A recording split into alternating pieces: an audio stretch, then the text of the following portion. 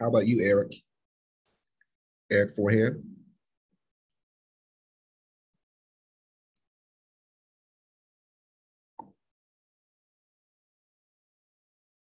Okay.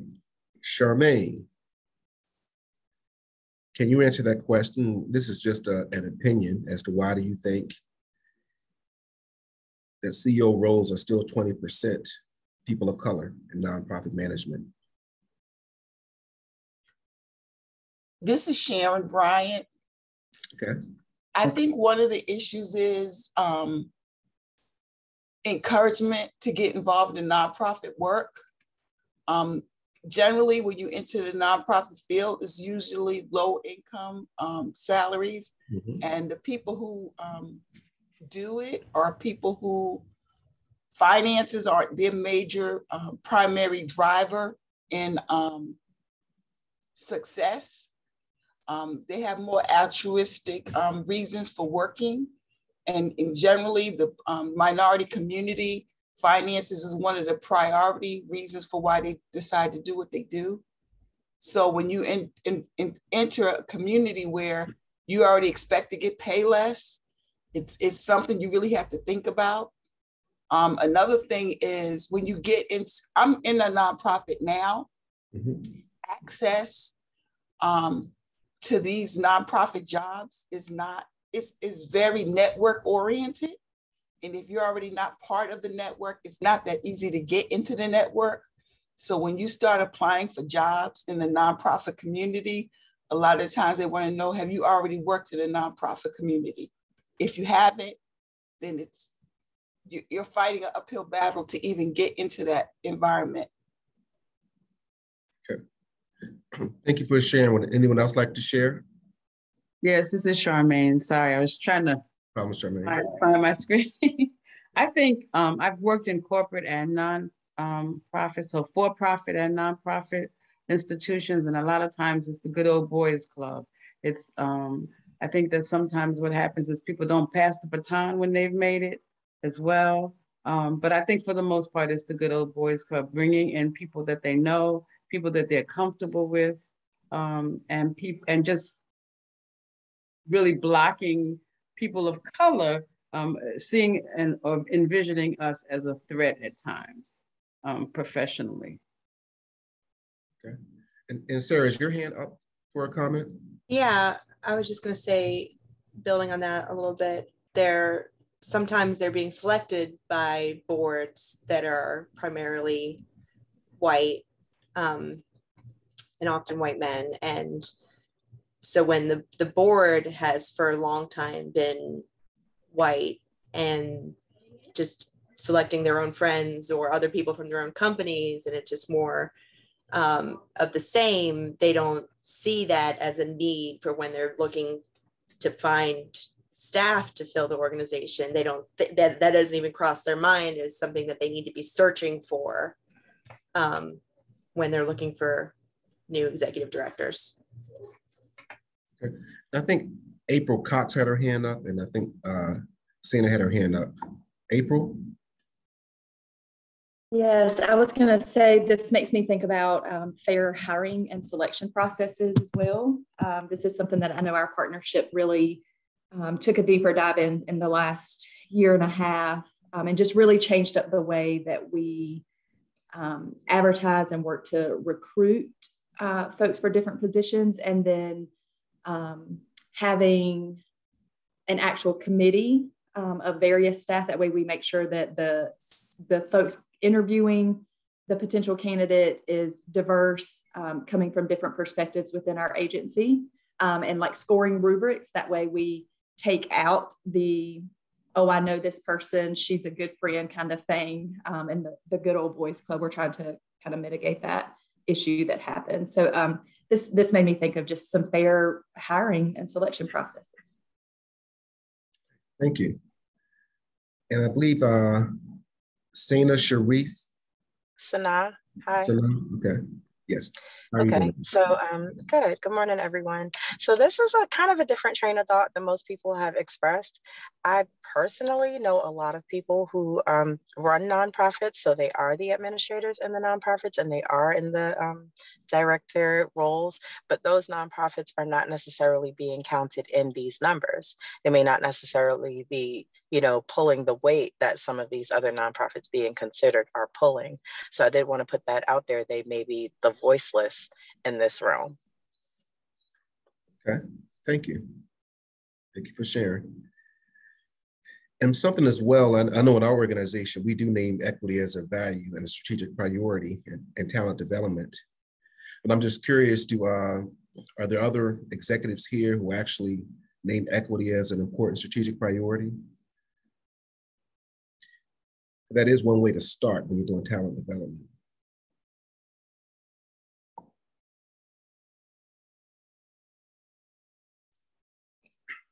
And just some of those benefits, particularly in creating inclusive talent development, is that there's 3 practices that the research states is very beneficial in this process.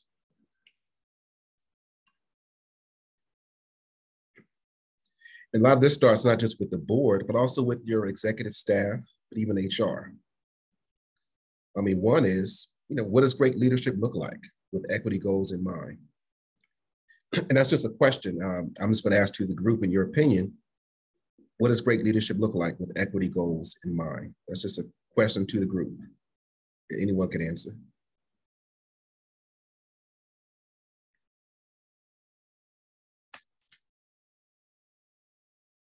And I guess I can kind of start as far as where I'm looking at.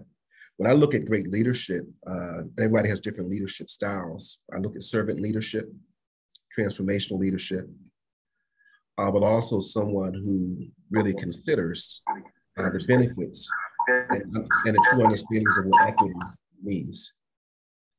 Because many times we confuse the word equity with equality. So it's important that the leader that we're having these certain positions actually does know those two distinctions between the two. So that's kind of what I look at, for example, in leaders as far as it relates to equity, because it gets beyond us as well as just looking at race and gender, but there's multiple facets as it relates to equity as well.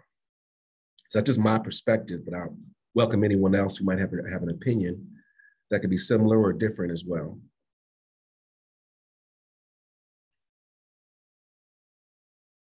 And the other 2 things, they prioritize 1 or 2 areas. And they also craft development opportunities with intention. And just some examples of those, say, for example, if you're it's not as simple as hiring a diversity, equity, and inclusion position, which you see a lot of organizations hiring, and assuming that this person has to be an African-American, has to be a female, and so forth. It's really about first establishing your organization to actually come in with that particular culture and values, and then having a person come in and try to drive that from an organizational standpoint. And that's when you're really developing opportunities and you're being intentional in your process.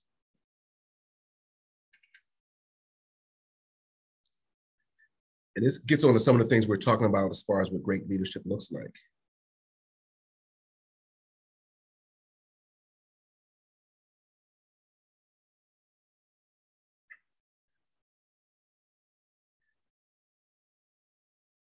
We're not going to read all the slides. I'm sure you all can read this. These are some reasons why it's essential. Particularly those that are executives or those who are on senior teams. And one thing that we're going to talk about is mitigating potential biases that can surface, particularly when you're trying to look at what great leadership looks like. And before we get to that, I just want to ask the group, can you think about some potential biases that could surface when you try to consider great leadership?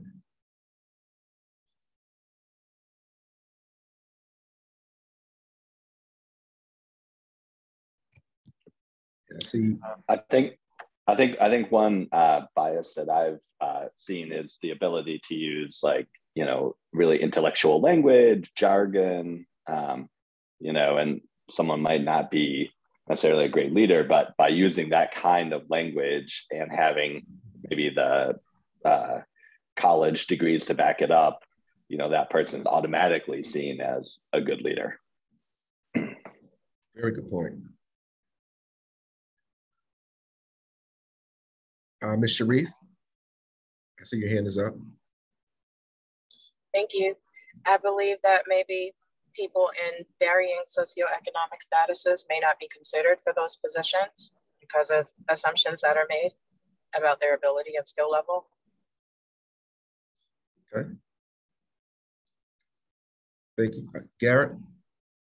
Hey, good morning. I think one bias or two biases. One is amount of time in the nonprofit field. I don't think to be a great leader, you need to have 20 years in the nonprofit field. Great leaders often come from people from different fields or from different walks of life. So I think that's one bias that affects us. Another bias kind of piggybacks on what Ben just said. But you don't need a master's degree to be a great leader. You don't need a doctorate to be a great leader. You need the desire to want to be a great leader, and you need the skills to be a great leader. So it doesn't always need to have a master's or a degree or many years of experience. Thank you, Garrett. Anyone else care to share? Okay.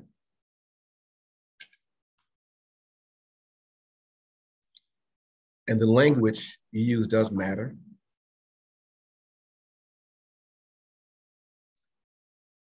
And one point that came up, and some of you all kind of touched on this, is using words like professionalism.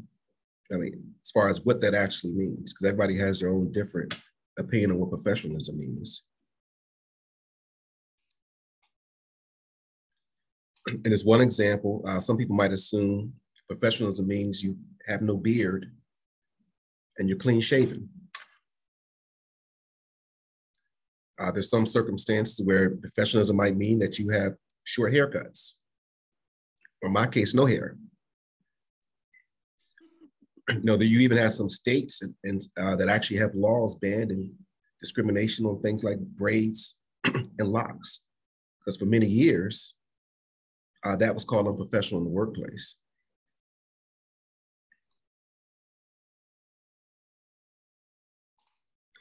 I think another thing that we sometimes miss when we're looking at persons for employment is their ability to interact and to connect with people, because the work that we do requires a lot of connection with people from different ages and in different organizations, et cetera.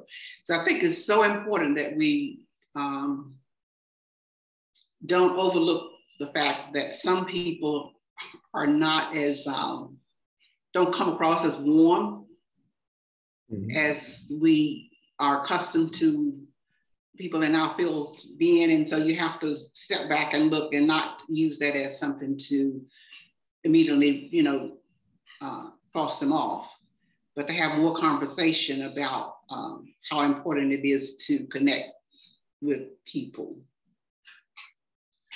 Yeah, that's a good point, especially with early care and education, but also there's geographical competencies as well when it relates to professionalism. You might have people who are maybe from up north who may talk fast, may talk direct, but doesn't necessarily mean that they don't care for children. Right. Because you may be in North Carolina where the communication is very different than, say, someone from New York or Boston. And that's where that implicit bias should come in as well. Indeed, indeed. Okay, thank you.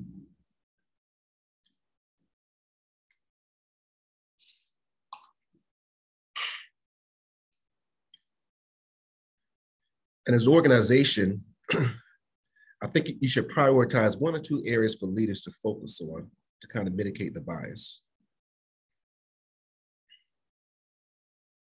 And some of these we kind of talked about earlier.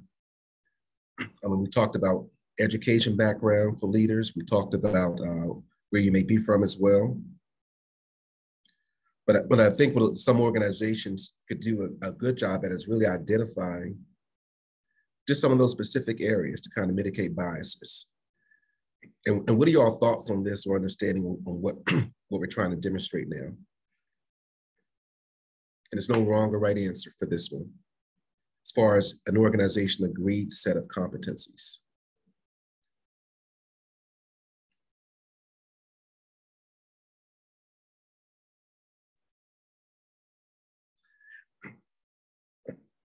And I guess one example, the first thing that comes to me as far as a set of competencies is, and this is what we used to do back in the day, I know none of us do this now, is just saying that in an interview, because a person loves children, they're a great person. See, the assumption in this work is that everybody loves children. We hope. So that's something that we probably would not consider a set of competencies, but we might consider a set of competencies as someone who has a wealth of experience in volunteer work in the community is a competency for a leader in our particular nonprofit. So these are just some things to kind of consider, to focus on, to kind of mitigate biases as well. Because when you talk about volunteer work, that could be anyone, Black, white, male, female, doesn't really matter, particularly when you're talking about, and the volunteer work could be any type of volunteer work. It could be volunteer with animals, it could be with vets, and different type of organizations.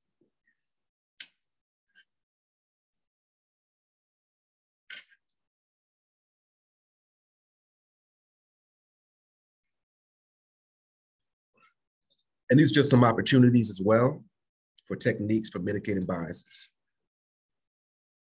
At different organizations that I've seen, they actually came up with kind of written assessments as a team. And they work together to even try to come up with a pressure test to identify the biases and try to mitigate them.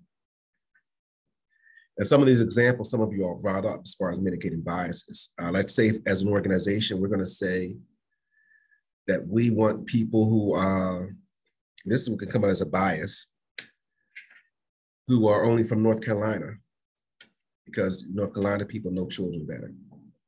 That's a potential bias, for example. So that's something you want to kind of keep out of your assessment tools if you're really trying to mitigate biases in some of your talent management.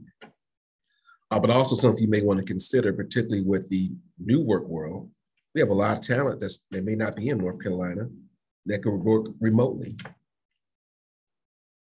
So if that's the case, you may have to consider how you're going to assess that as well as a team to try to, one, identify that there's no biases, but also kind of mitigate those biases in case they come up, particularly regarding remote work.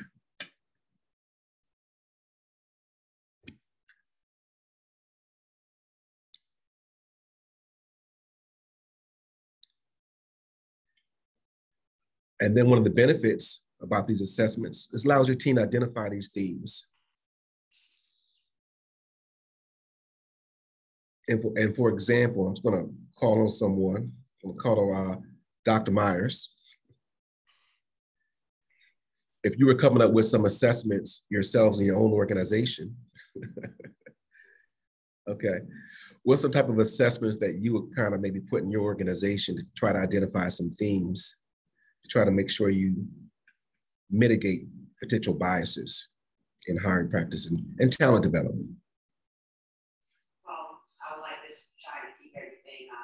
Middle of the road in doing that. So therefore addressing the individual and their skills, assessing their background as far as what they have done, their experience, and the understanding that they can or that they want to learn more and move forward with our goals as far as with young children and professional development to enhance young children's ability to learn. So I like to keep it all in education because that is my focus here, and to ensure that our children have the best that they can have from here. Okay, thank you. And some areas you can also put in there is, for example, if you're hiring for, say, a teacher coach, you can put some minimum expectations in there, such as a degree in early childhood, 3 years experience, preferred bilingual. That also helps mitigate biases as well, putting specific things to the actual performance of the job in there as well. But also it's nothing wrong as well if you need English as a second language, or you want to hire someone who fits the cultural competency of the organization for certain positions. That's something as an organization that you should kind of look at prioritizing as well. Okay, but I think it's very important as organizations that leaders come up with those assessments as well. You don't really have one person, or say an HR manager, being the only ones coming up with those kind of recommendations. Does that make any sense to people? It does. Okay. Louis, I just want to say this because we just did a round for our CCHC position. This is the second time. And you made the statement that, which is very, very true, that sometimes people out of the state, you know, from far away also may be good candidates. But one of the things that I guess implicitly puts a bias in front of us is the fact that usually people like that are looking for moving expenses, a lot of things that we're not able to offer. So I tended to look for someone, not only in North Carolina, but closer to this area, just thinking about where we are and who would pack up and move and start all over again in this small rural area. So sometimes the bias is not intentional. Correct. But it is intentional in terms of what you're trying to do. Yeah, and that's a very difficult position to fill. And I share your similar, because I've observed our leadership staff, even with that specific position you're referring to, acting the exact same way that you said based off of the process of hiring. But what I encourage people to do is also ask that candidate, particularly if it's someone that you know is qualified, but just inform them that this is what we're offering and this is what we're not offering. Right, that's what we had to do. Because ultimately, because I think many of us had those assumptions, and sometimes they're false, that the people are just looking to relocate and then they'll quit their job once they get here. Exactly. And you're right, some who did respond when they found out that it was not a full-time virtual position, then withdrew immediately. Yes, I think we're all dealing with that challenge with multiple positions. Yes.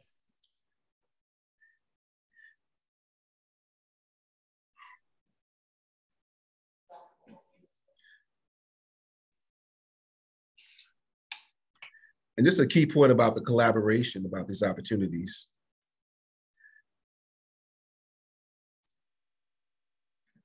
And that's what I kind of mentioned earlier. This is not something that I think that just an HR manager or just say an executive director or CEO should come up with. I think this is something that should be your leadership team, so it doesn't feel one-sided.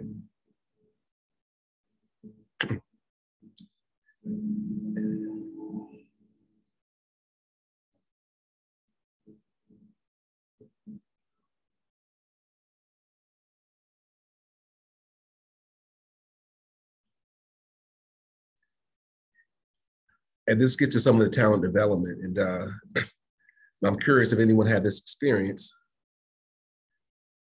But the data says, according to the Center for Creative Leadership, 10% of learning and growth comes from going to conferences and trainings.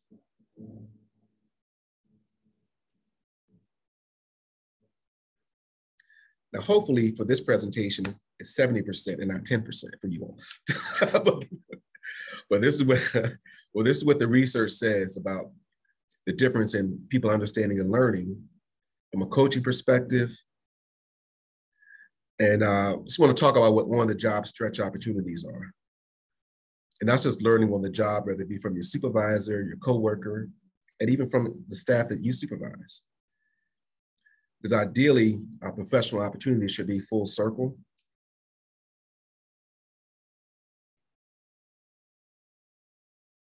Now, is this a surprise to anyone?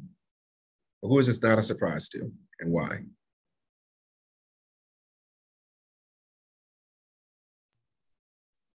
The percentages are a little surprising to me because I think we put a lot of time and effort into those trainings. But I feel like on the job training and learning from experience is definitely where we learn the most.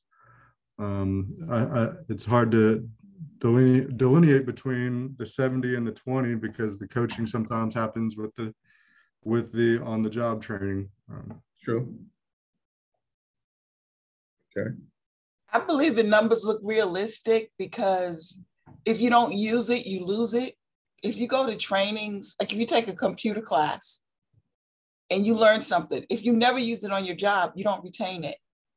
But if you learn something at work that you use every day, one of your coworkers taught you how to do and you use it all the time, then you retain it. So that's why I think the difference is, like if you go to a training, if you don't use it, you lose it. But if it's part of your daily activities, you retain it. Yeah, and I concur. This was not a surprise to me. Actually, I thought the number would even be higher for the job stretch opportunities, because ideally, your professional development and growth should, one, come from yourself, but also from your leader in your organization as well. And when I say from yourself, meaning you taking on different opportunities to try to learn different things about the job, being attentive, but also if you're trying to look up or move up in your organization, you're going to likely move up based off of on the job stretch opportunities more so than the conferences. And I think what some of the research said in Center for Creative Leadership as well is that a lot of times the conferences are also built about social and relationship building as well. And which is very different from getting very job specific things, but I do think it's equally as important, that social relationship and networking with people on the job as well. Because those of y'all who know who've been to these conferences before, I think the big piece from say during a virtual conference is that you miss out on that big picture of the meeting people, the greeting, and the social aspect of the conference. So, anyone else have anything to share about this particular slide?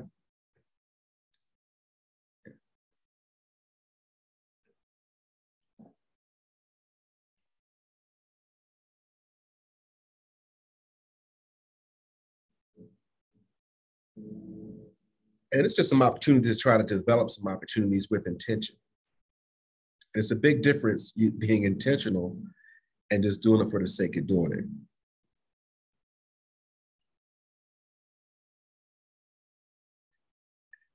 And one thing that we benefit, I've always relied and thought one of the most important people in the organization are the maintenance people and the receptionists for a couple of reasons.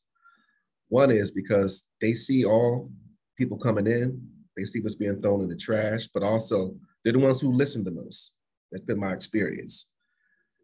And you'd be quite surprised how many of them give you ideas about your organization. However, they may not have those degrees that you're thinking about, the for-profit or the nonprofit leadership experience. However, they have the real world experience and observation in the organization.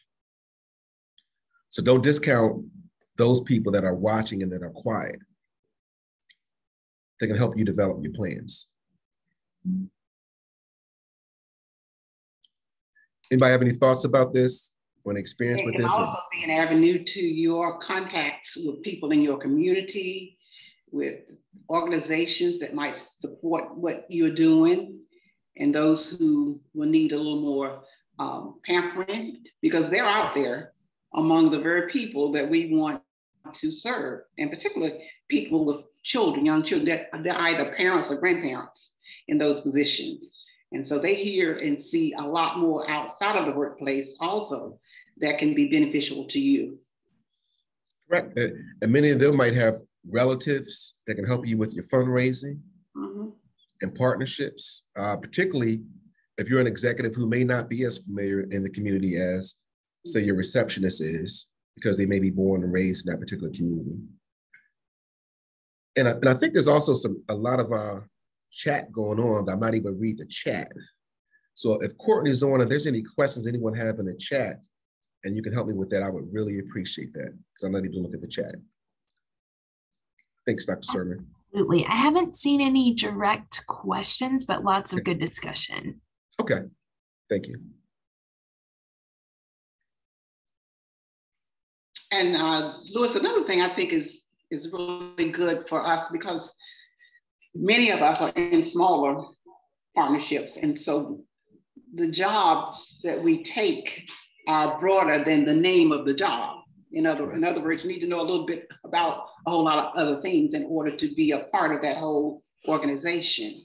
So I always encourage persons who come on board to be engaged in activities that, or courses that may not be directly related to their particular job position, but the information will support the work that you do.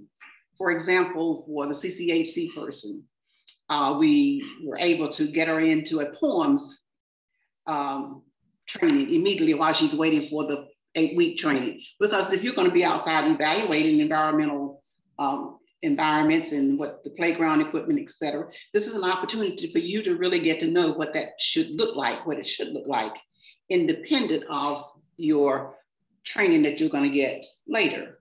And so we just have to think about, you know, how we can broaden the base knowledge of everyone in the organization. So I like to have people around me who are like sponges, you know, who want to know more about what's going on over here and out there and in here, et cetera. Yeah, and you bring up a good point, particularly around the Smart Start organizations in our state. I mean, I've seen some people who they're finance and executive directors at the same time. Mm-hmm. And I have this philosophy of what's called a single point of failure, where I'm never comfortable having just one person the only person have access to finances, HR things, and so forth. That is really critical to do a lot of that cross training, regardless of what size your Smart Start organization is. That's a very good point.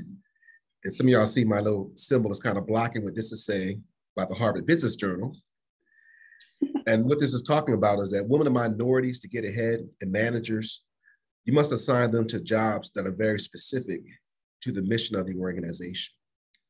But a lot of times in the past, and even now, we've assigned, particularly women, for example, taking notes, scheduling meetings, as opposed to really meeting that staff person to where they're at and asking them what they like to see for their professional growth. And those are true stretch opportunities. And let's just give you an example. You may hire someone who might be in your coaching program who may have an interest in, say, finance.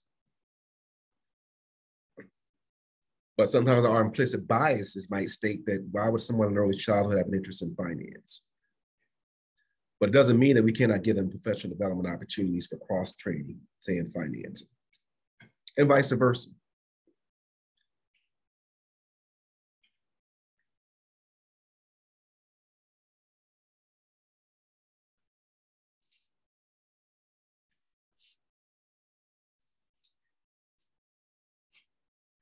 Now, I have a question to the group.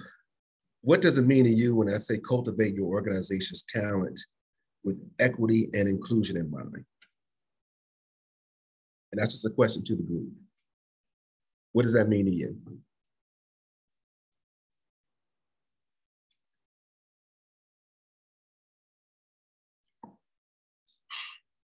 Erica, Kirby, what does that mean to you? Cultivating your organization's talent with equity and inclusion in mind. I think it means using the people that you have, seeking out everybody's talents. Everybody has a talent, just finding what you have among your team and being able to grow your staff. Okay. Sarah from Partnership for Children. Sarah Sokolis, what does that mean to you? So it's making sure that anyone could come in and have the same opportunity to shine. Doesn't mean that they're equal. It means that no matter what they're dealing with personally, whether it's a physical disability or they're just a different color or whatever circumstances they're coming from in their life, that they could come in and can play a real role and show you their skills and bring their assets to the table in a full and a real way, without some sort of roadblocks that you might not even be thinking about that you have in your community, at maybe something as simple as not having a wheelchair ramp to your front door that could block them from even being able to apply to work at your business. But making sure that you don't have things like that preventing people from applying to be a part of your company, your organization. Yeah, that's an interesting point you brought up about the handicap accessibility, because ideally, if I'm someone who does need that assistance, I'm going to probably come in assuming that you already have that in place. But really, the organization should even be thinking from that perspective, because equity is, to your point, it goes beyond just being looking at race and religion and so forth and gender. But that's a very good point. And we all seem to know what to do, but it takes time, intention, and teamwork. But why do you think it may take some time in organizations to actually really do this with intention? There are a lot of people in this world with a lot of different experiences, and we're small organizations with our limited experiences. Even if we have one woman in the room and one Black person in the room and one Hispanic in the room, that's still limited experiences, and we can do our best to try to think about our diverse experiences and make our place equitable and open. But it's still, there's still a lot of other people in this world, and so it's a slow and difficult process to make your place welcoming and to, it's slow. It's slow process. It's hard work. I agree. I don't think it's anything you can do immediate, and particularly to your point about the different types of people and what you consider equity, because there's also age and generational differences as well. I mean, we have people that maybe between that generation Z, X, and you got to think about considering that particular group as well as those who are in retirement age and so forth, about equity and inclusion in mind as well, because there are different work habits and professional habits as well. And I think sometimes we even come in with biases related to that. Has anybody had any type of experience with that as it relates to dealing with Generation Zs or Generation Xs and how to cultivate them into a team?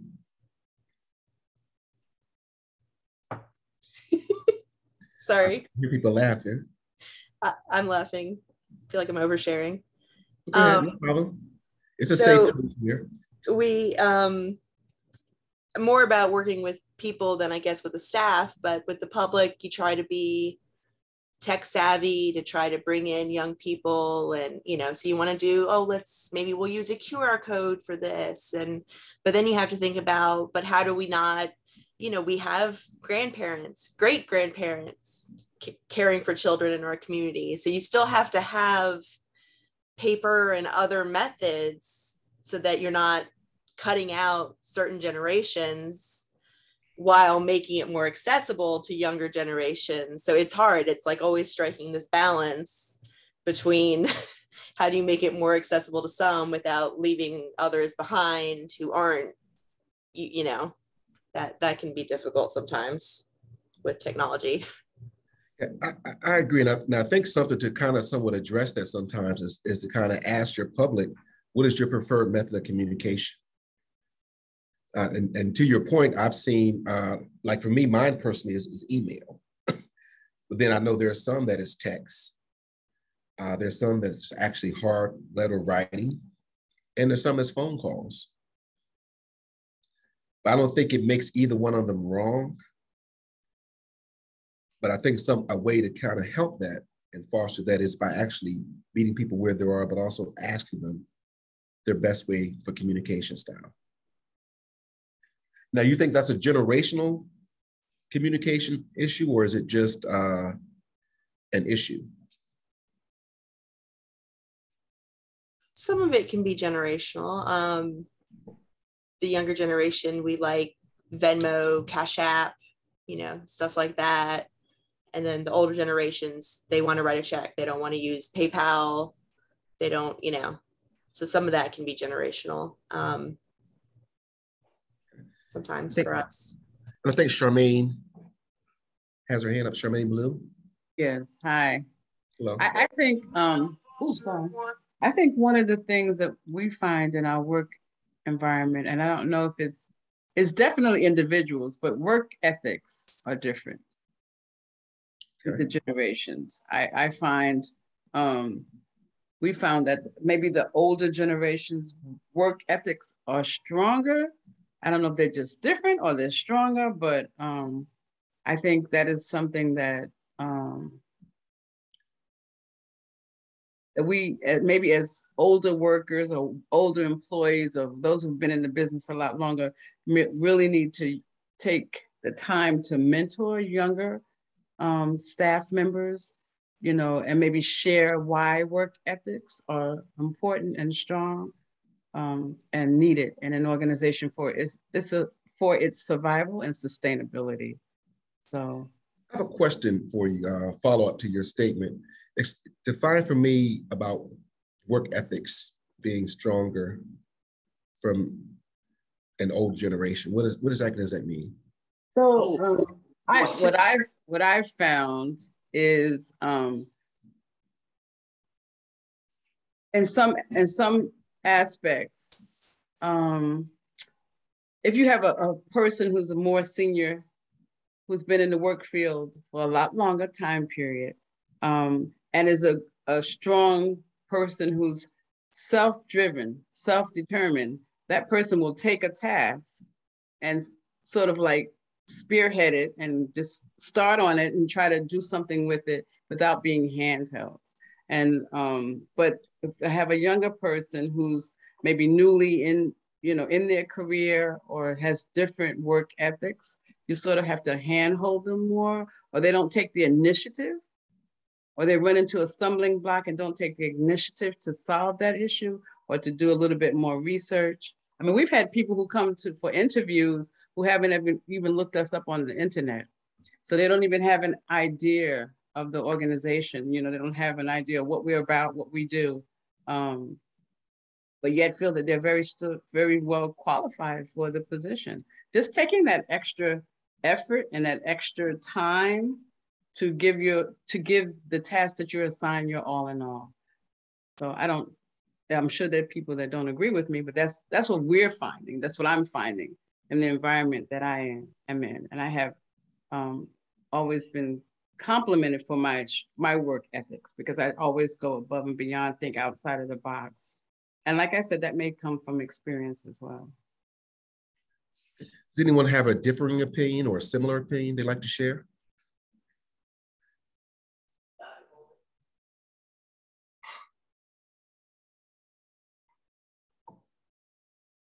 Tara has her hand up.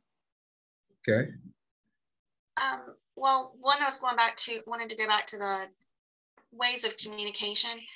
I think somebody said it in the chat, was that you have to look at the socioeconomic status of when you're doing that communication with the QR codes and everything. And that's why you have to make sure you have all forms in one message, because I know some of the people in our area do not have access to internet 24 hours a day. They don't have that access at home. So I really feel like you have to hit on all forms, especially when we're dealing with some of our programs. They have to do paper, they have to send things home, but they also follow up the next day and making sure that they have that access. And access is a huge area, a huge problem in this area in Union County, because there are some dead zones where you don't have that access to the internet 24 hours a day. As far as the work ethic, I think that's a bias that we all feel. I'm in my 40s. I feel like I have a strong work ethic, but someone else will look at it and say, well, why are you taking this much time off?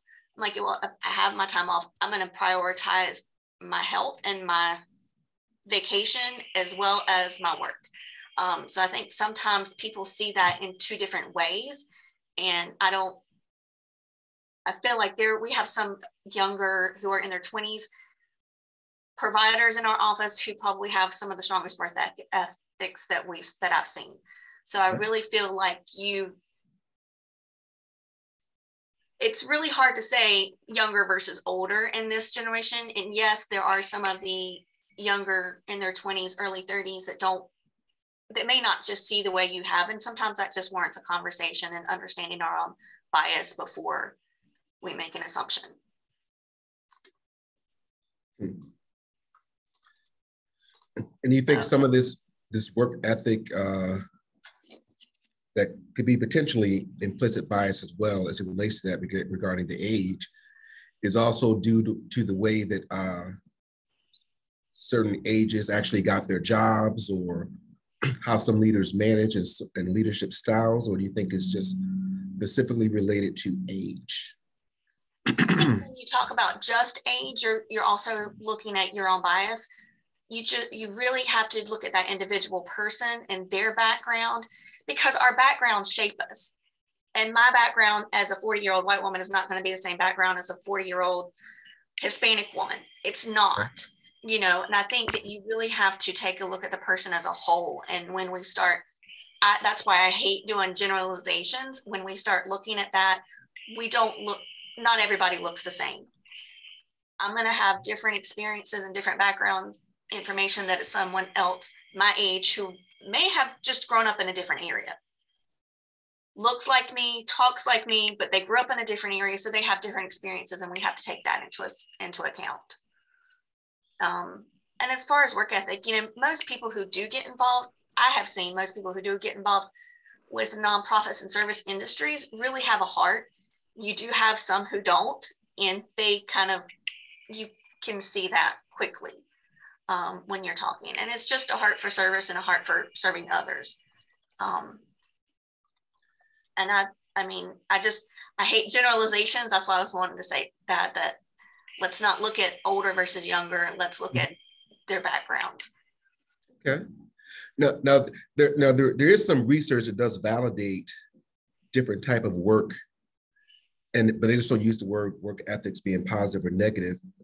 But there is research that details that, say, your 23-year-old work schedule and how they do work and how they learn on the job is different from, say, your 55 or 60-year-old. Mm-hmm. But it's a matter of opinion as far as which work ethic is better. That's where the nuances come in, because you have some leaders who just prefer you getting the job done at the end of the week, whether it's 20 hours or 40 hours. So some of that also is based off of the leader as well, because many of the different generationals may have came into that work experience where you were judged by coming in at 8 to 5 o'clock and finishing the work. But I think one thing that really has changed us has been this past 2 years as it related to what actually work environment means to people, particularly when you had a lot of people working from home, and some still are doing that.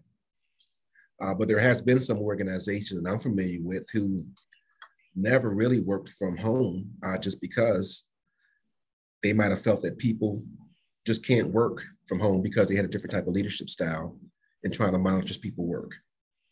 So I think with work ethic, I think that's to your point, it is generalized, but where it gets specific at is really based on our own experience as well.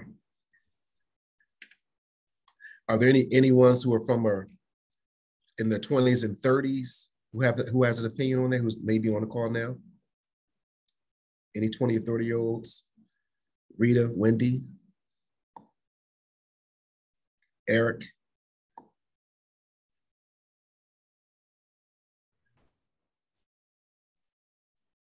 Megan? Yes, I was just going to say I'm 34, and I do think it has to do with your background and how you grew up, where you grew up, because my grandpa had a farm, so I learned a lot of my work ethic from that, and you would have no clue knowing that. I just know other people my age have a different work ethic, so I do think it's everyone is individual. You just have to kind of interview and judge off of that. So, okay. And this is the question to the group. Does your agency have a diversity, equity, and inclusion statement in your mission statement?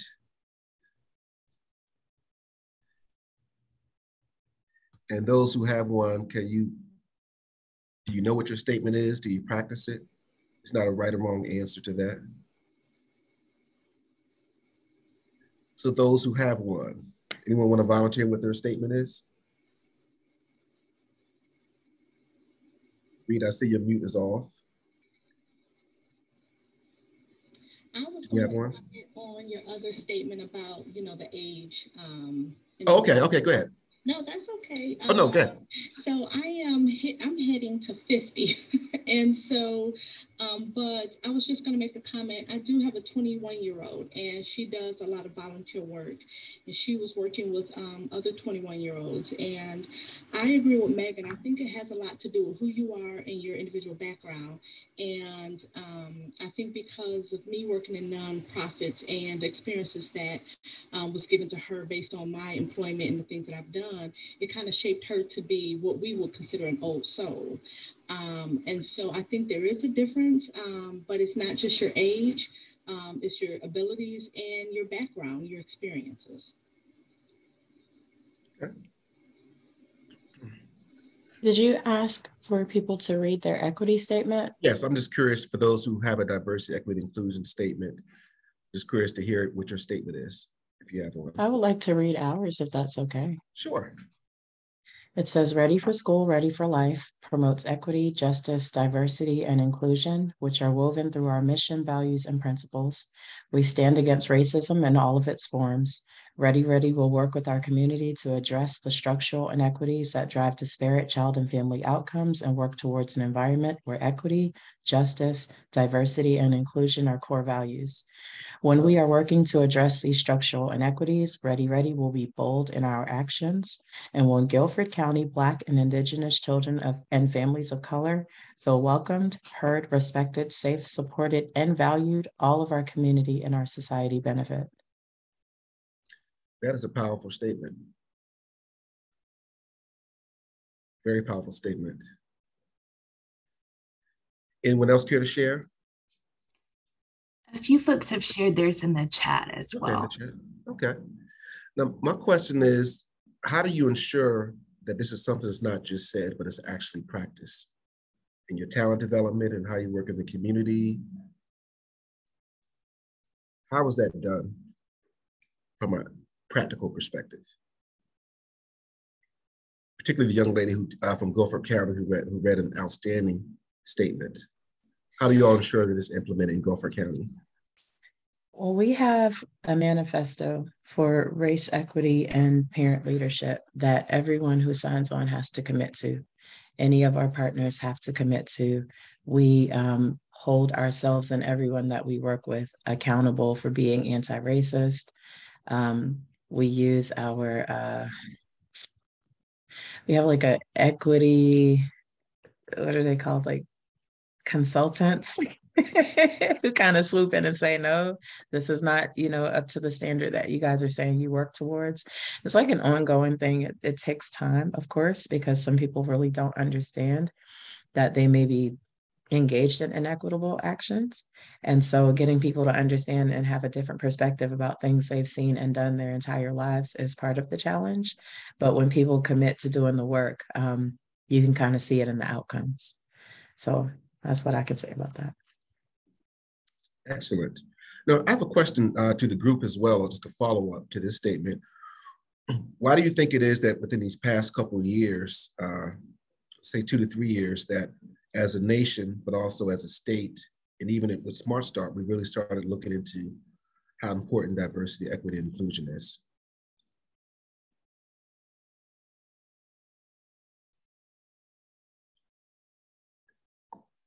It's no right or wrong.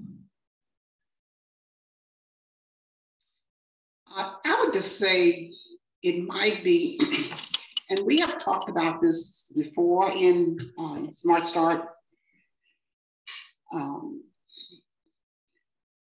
but I don't think we have a way of capturing statewide who we really serve and how we serve them. So that's been something that has come up and gone away and come up and gone away. And I think even more so more recently in terms of coming back to the table again, how do we know that we are serving all children in our communities when we really don't have any data that disaggregate kids by race in the things that we do as in terms of the racial equity part. And then, of course, we continue to look at, how we are funding programs and partnerships based on what that formula looks like. And of course, they have, done some resurging of that, because I think that at some point, we were basically funded based on the number of children. But if you're in a small school district or small county and your number of children is small, it doesn't mean that that small number of kids doesn't need the same thing that every child gets in Wake County. But if your dollars don't allow you to provide that service to them simply because of the number, then you're not providing equitable programming for your area based on the whole state area. And I think that's something that we have to continue to look at, is that you can't always use numbers to determine funding if you want programs to be offered to every child across the state in an equitable way. Okay. Thank you, Dr. Boyd. And also think that part of the reasons why diversity, equity, and inclusion has come to the forefront has been because of the recent issues in social justice. I think also because of the issues and looking at inequities related to the pandemic. Now, there were many people that we found did not have the appropriate health care, the appropriate resources and technology, but also even people didn't have the appropriate ways to do their job safe. So I think also from a bigger picture, nationwide, I think there's been recent things that happen in social justice that's likely been going on for years that really came to the forefront, even with George Floyd's death as well. We really started looking at social justice and racial justice and so forth, and really explaining the big difference between equity and inclusiveness as it relates to equality and fairness to all people. But that's just kind of just what my big picture perspective is on as it relates to that. Anyone else would like to share their opinion as far as diversity, equity, and inclusion, and why it's on the forefront, or something we've been doing, but possibly something we're putting in mission statements and making sure that we practice?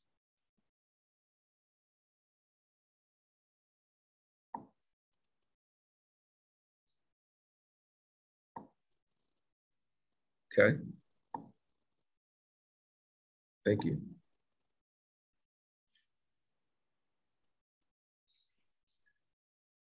And it's just our summary, and I think we may be a little early. Am I correct, Courtney? Yes, it looks like we might be wrapping up a little bit early if you're close to the end. We still have the raffle to do, as well as sharing the survey link. Okay. And kind of what I want to close up, I really hope I got people really thinking about, and I really enjoyed Gulfport County's, hopefully you can email me that as well, if you didn't put it in the chat, your diversity, equity, and inclusion statement, but also enjoyed looking at some of them in the chat. But I want to just summarize that it's really critical that your leadership team really say how much we care about this, and really need to say that, particularly around creating habits that support talent development. Because many of you all may know, because many of you do hiring, termination, but also, of course, supervision of staff, is that it really pays in talent development to help your employee engagement, retention, and get a sense of belonging in your organization. A lot of this starts with diversity, equity, and inclusion. And I've heard some good things here that I'm going to try to actually look at in my own organization, particularly some things that came in the chat, but also that I've heard coming from Guilford County and some of the people that are speaking. And at this point, I'll take some questions and then we can move to Courtney.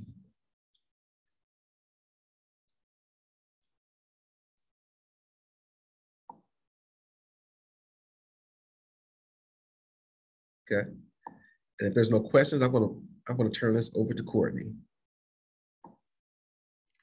And I am actually going to turn us over to Eric. I believe he's going to announce the raffle winner. And then I'll just ask that that person share their full name and email address in the chat so that we can follow up with you and make sure that we mail out your raffle prize.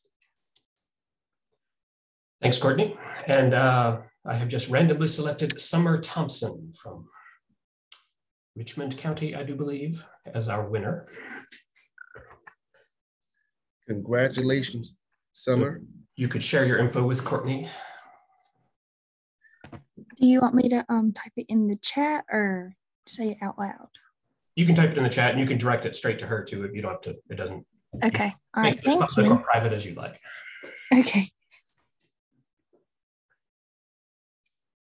Okay. And thank you, Summer. Thank you, Eric. And I'm going to give you back your time. And I appreciate everyone for participating in the training and look forward to some more workshops. And we'll talk to you soon unless Courtney has anything before we end or anyone else has any questions. Thank you so much, Dr. Finney. That was wonderful. And thank you for everyone for participating in the conversation in the chat today. Okay. Okay. Goodbye, everybody. Thank you.